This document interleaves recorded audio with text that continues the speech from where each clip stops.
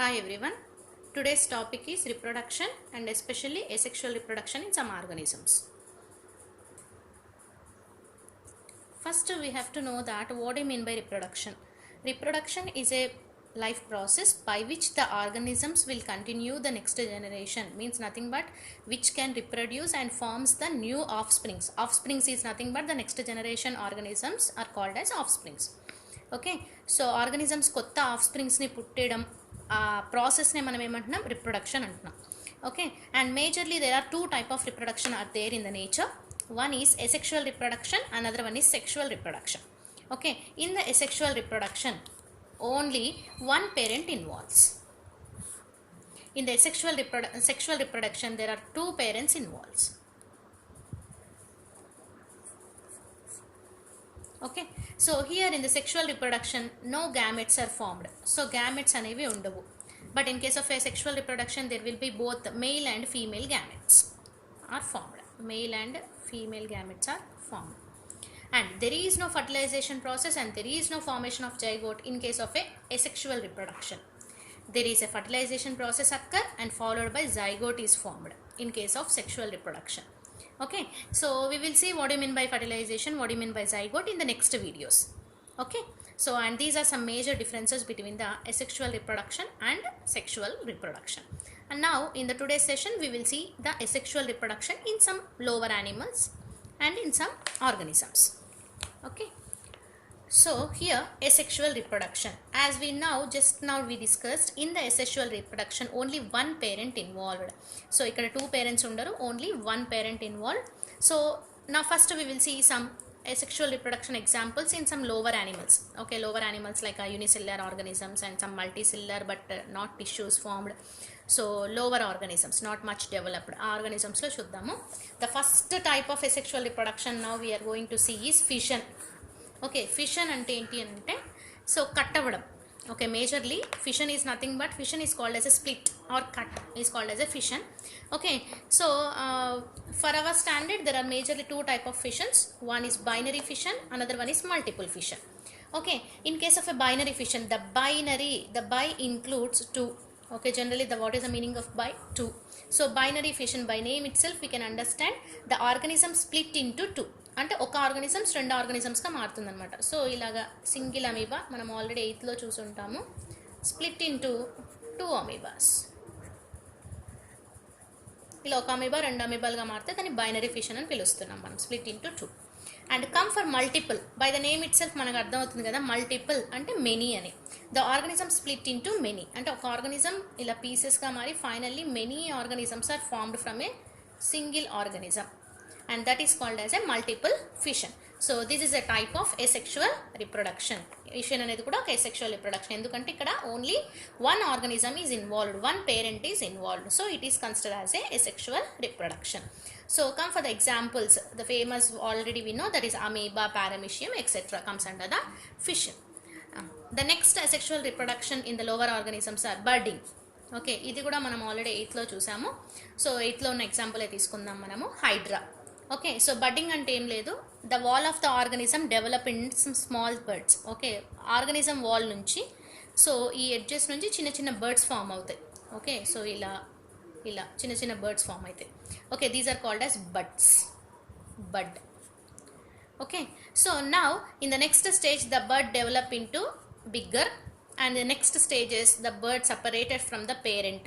Okay so ఇక్కడ two individuals form అయిపోయాయి. So కాబట్టి సింగిల్ పేరెంట్ నుంచి కొత్త ఆర్గానిజం ఫామ్ అయిపోయింది. ఇక్కడ ఒకటే పేరెంట్ ఇన్వాల్వ్ అయింది కదా, that is why the budding is also included in the asexual reproduction.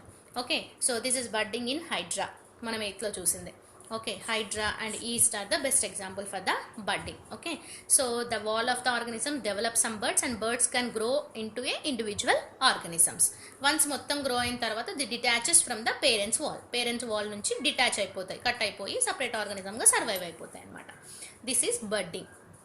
And come for the third one, next one is fragmentation. Okay, fragmentation is nothing but a piece of the parent. Okay so ఇలా spirogyra అలాంటివి ఉన్నాయనుకోండి, so ఈ స్పైరోగైరాలో ఒక piece cut అయింది అనుకోండి. Okay ఈ piece అనేది next new ఇండివిజువల్గా గ్రో అయిపోతుంది. Okay, so a piece of the parent can grow as a individual. Okay, జనరల్గా spirogyra it's an example for the ఆల్గేలో ఒక ఎగ్జాంపుల్ అనమాట spirogyra. Okay, so spirogyra, algae కానీ some fungi and some other lower plants also can show these type of fragmentation technique. కొన్ని అవి కూడా చూపిస్తాయి మనకి. ఫ్రాగ్మెంటేషన్ అంటే a piece of the parent can grow as a individual. Examples వచ్చేసి algae, fungi, some etcetera. Okay, so and these are some 3 types of asexual reproduction, and we have some more asexual reproduction. Now we will see that. The next one is parthenogenesis. Okay, parthenogenesis. Parthenogenesis means in some animals like ants, wasp and bees, like that insects can show these type of asexual reproduction. Okay, ఇక్కడ పార్థినోజెనసిస్ అంటే ఏంటి అని అంటే these ant, bees, wasps, all these organisms can able to reproduce sexually also. Okay, they are able to reproduce sexually, but even though sometimes they reproduce asexually. Okay, so ఇక్కడ asexually అంటే ఏంటి అనేది ఇక్కడ చూద్దాం మనము. Generally these organisms produce gametes. Okay, so sexually reproduce అవుతాయి కాబట్టి they produce what, గ్యామెట్స్ని ప్రొడ్యూస్ చేస్తాయి, male gametes and female gametes etcetera. Okay, so దీనిలో the female gamete of the organism is called as egg. Okay, generally female gamete ఏమని పిలుస్తున్నాం మనం, egg అని పిలుస్తున్నాం. Already we know all these things from the 8th class onwards. Okay, so ఈ female gamete మళ్ళీ మనం fertilization తెలుసుకున్నప్పుడు we can go detailly about these gametes and everything. Okay, so these female gamete unfertilised, when it is unfertilised అంటే egg డైరెక్ట్గా జైగోట్గా మారిపోతుంది. Okay, so ఈ egg వచ్చేసి మనకి హ్యాప్లాయిడ్. ఓకే, ఎగ్ వచ్చేసి మనకి ఏంటి, హ్యాప్లాయిడ్ అంటే మోనోప్లాయిడ్, అంటే ఒక సెట్ ఆఫ్ క్రోమోసోమ్స్ మాత్రమే ఉంటాయి. ఓకే, సో మళ్ళీ మనము ఈ రిప్రొడక్షన్ చాప్టర్లోనే again we will see about the meiosis, mitosis, cell division గురించి కూడా నెక్స్ట్ వీడియోస్ చేస్తాను. సో ఆ సెల్ డివిజన్ గురించి చెప్పినప్పుడు you will get clear picture about this haploid and diploid. Haploid అంటే ఏంటి, chromosomes, haploid is nothing but monoploid ఏంటి. So zygote వచ్చేసి మనకి డిప్లాయిడ్ జనరల్లీ, బట్ ఇక్కడ జైగోట్ వచ్చేసి haploid. Okay, so fertilized egg అంటే already male gamete female gamete కలిసిన తర్వాత that is called as fertilization. ఈ ఫర్టిలైజేషన్ తర్వాత ఈ ఫర్టిలైజ్డ్ ఎగ్ మనకి డిప్లాయిడ్గా ఉంటుంది, అంటే 2 sets ఆఫ్ క్రోమోజోమ్స్ ఉంటాయి మనకి. ఓకే, సో ఇక్కడ జస్ట్ పార్థినోజెనసిస్కి గుర్తుపెట్టుకోండి ఏంటి అని అంటే అన్ఫర్టిలైజ్డ్ ఎగ్ జైగోట్గా కన్వర్ట్ అయ్యి న్యూ ఆఫ్ స్ప్రింగ్ ఫామ్ అవుతుంది. ఇదే ఆర్గానిజమ్స్లో ఫర్టిలైజ్డ్ ఎగ్స్ కూడా జైగోట్గా ఫామ్ అయ్యి న్యూ ఆఫ్ స్ప్రింగ్స్ ఫామ్ అవుతాయి. ఓకే, ఇక్కడ డిఫరెన్స్ ఏంటి అని అంటే అన్ఫర్టిలైజ్డ్ ఎగ్ నుంచి వచ్చిన జైగోట్ ఏమో హ్యాప్లాయిడ్ నేచర్లో ఉంటుంది, అంటే సింగిల్ క్రోమోజోమ్స్ ఉంటాయి, సింగిల్ సెట్ ఆఫ్ క్రోమోజోమ్స్. అదే ఫర్టిలైజ్డ్ ఎగ్ నుంచి వచ్చిన దానిలో 2 set ఆఫ్ క్రోమోజోమ్స్ ఉంటాయి. సో ఇలా నుంచి ప్రొడ్యూస్ అయిన ఆఫ్ స్ప్రింగ్స్ అన్ని మేల్స్గా ఫామ్ అవుతాయి, ఇలా ఫర్టిలైజ్డ్ ఎగ్స్ నుంచి ఫామ్ అయిన అన్ని ఫీమేల్స్గా ఫామ్ అవుతాయి. ఓకే, సో ఇక్కడ ఏంటి అని అంటే అన్ఫర్టిలైజ్డ్, సో కాబట్టి ఫర్టిలైజేషన్ జరగలేదు అని అంటే మనం already in the previous page we already seen that there is no fertilization జరగట్లేదు అని అంటే అసెక్షువల్ రిప్రొడక్షన్ అనుకున్నాం. సో దట్ ఈస్ వై ఇక్కడ కూడా అన్ఫర్టిలైజ్డ్ ఎగ్ అంటే ఫర్టిలైజేషన్ జరగకుండా ఫామ్ అవుతుంది కాబట్టి this is also a type of asexual reproduction. పార్థినోజెనసిస్ని కూడా ఒక ఎసెక్షువల్ రిప్రొడక్షన్ కింద కన్సిడర్ చేస్తున్నాం మనం. Okay, so without fertilisation.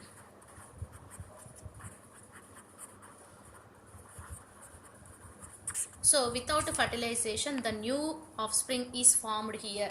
That is why this is also considered as a asexual reproduction. So parthenogenesis is nothing but the unfertilized egg directly develop into zygote and new offspring without fertilization and rastam mana. That is called as parthenogenesis. Generally this is occur in some insect like things like ants, bees and wasp.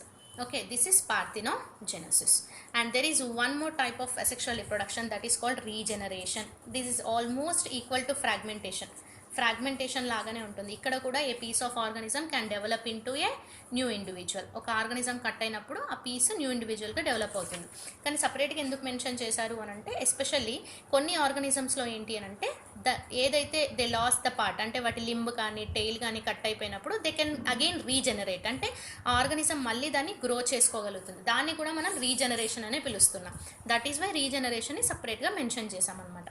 Okay, so the lizards can grow tail.